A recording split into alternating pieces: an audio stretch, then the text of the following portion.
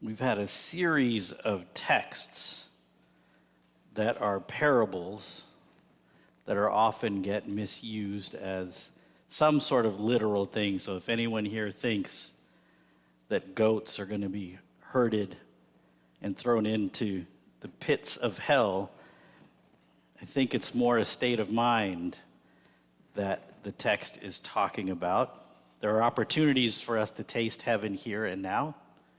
There's opportunities for us to taste hell here and now. Bonnie and I watched the PBS show Finding Your Roots with Dr. Henry Louis Gates Jr. An episode we recently watched featured Carol Burnett. I was beyond excited to learn more about Carol Burnett's history because she was the entertainment pinnacle of my week as a kid. We would watch the clock. In our market, it was Saturday night that the Carol Burnett show was on. And besides church, it was the only reliable time when my family sat together to do the very same thing. Church and the Carol Burnett show.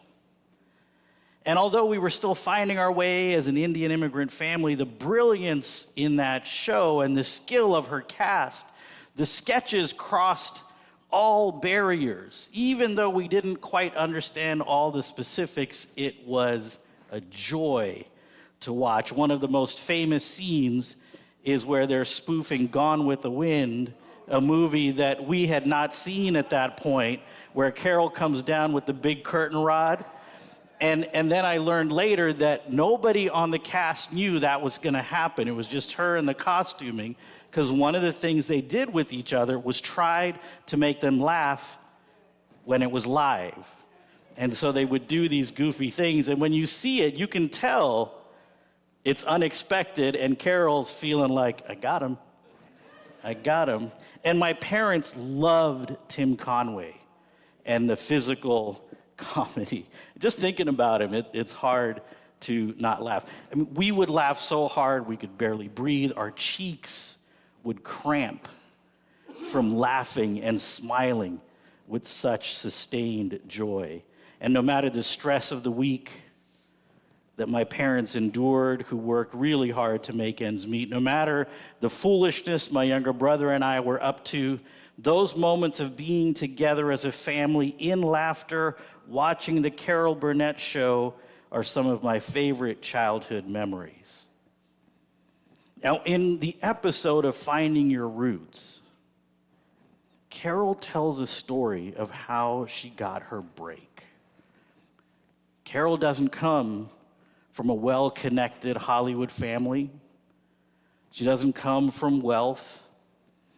Her parents, while she believes they loved her, they were pretty non-functional as parents, and so was largely raised by her grandma, who didn't have a lot of money. Carol became involved with a little acting troupe, a little comedic acting troupe, and they were invited to a private party to perform. Now, if you've seen the episode, apologies, but Carol does her thing. The troupe is allowed to partake in the hors d'oeuvres, and she's there in line with her purse open, lined with napkins, stuffing hors d'oeuvres in there for herself and to take home to grandma. And there's a tap on her shoulder, and she's like, oh no, I've been busted. And she turns around, and the folks tapping on her shoulder was a couple. As she says, an older couple, and they asked her, what are your plans? And she said, I'd really love to go to New York to give acting a real shot, but I don't think I can make that happen. And then the gentleman says, I can help you make that happen, but I have some conditions. 1, you pay me back if and when you can at no interest. 2, don't tell anyone who I am and that I helped you.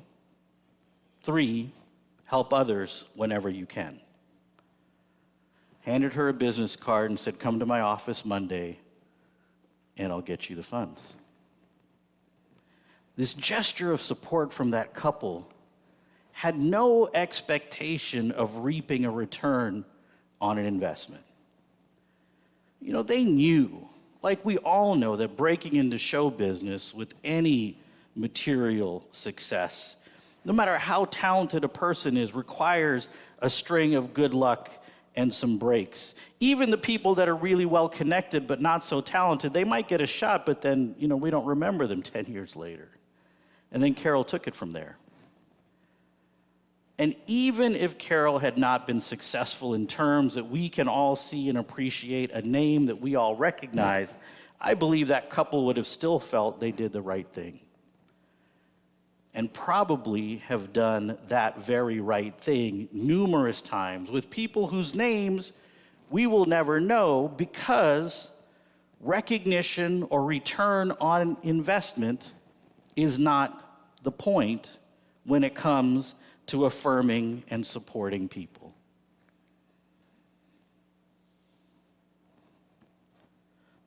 It's a little warning here. I'm about to have a mini tirade with several, shall we say, zesty comments along the way.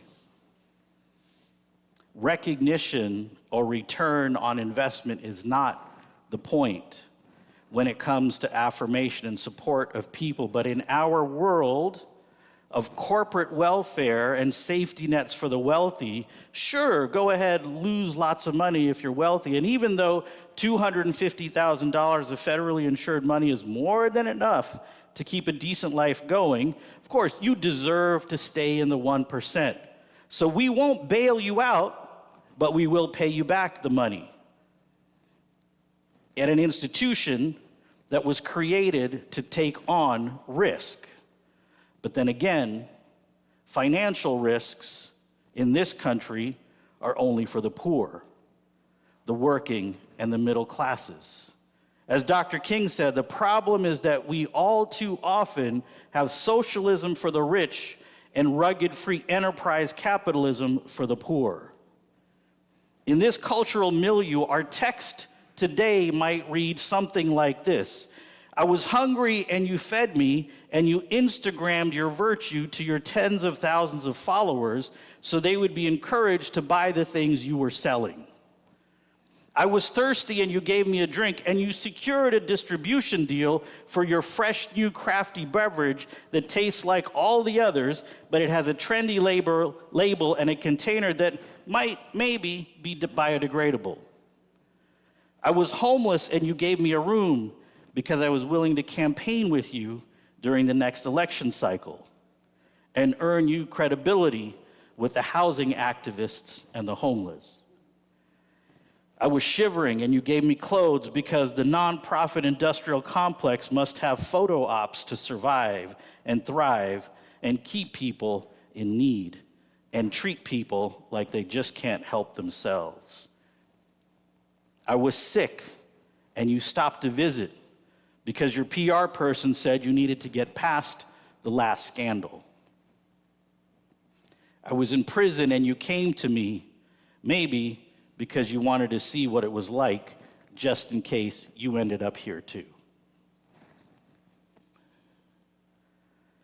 In the Gospel according to Matthew, in the earlier parts of the book, starting in Matthew chapter 5, there's this thing we all typically call the Sermon on the Mount. And in this Sermon on the Mount, we are told, blessed are the poor in spirit, for theirs is the kingdom of heaven. Blessed are they that mourn, for they shall be comforted. Blessed are the meek, for they shall inherit the earth. Blessed are they that thirst and hunger for righteousness. Blessed are the merciful. Blessed are the pure in heart. Blessed are the peacemakers. Love your enemies. And there is more and more and more, like a raging waterfall of justice and mercy that cascades down in chapter 5, 6, 7. And then in chapter 8, Jesus comes down from this mountain, and the first thing he does is heal a leper by touching him. Now, in the several several parables that we have explored over the last few weeks, we've had to dig a little deeper each time. Move away from ivory tower vantage points and look from the intersection of Despair Avenue and Outrage Boulevard, Exclusion Road and Longing for Justice Lane. And from those vantage points, we managed to gain some different insights that speak to us today. But this passage, Matthew 25, the sheep and the goats, you don't need to move a muscle. You can even close your eyes and cover your ears, and the message comes through loud and clear. I was hungry, and you fed me. I was thirsty, and you gave me a drink. I was homeless, and you gave me a room. I was shivering, and you gave me clothes. I was sick, and you stopped to visit. I was in prison, and you came to me. But Master, when did we see you in such need? And the response is, I'm telling you the solemn truth. Whenever you did one of these things to someone overlooked or ignored, that was me. You did it to me.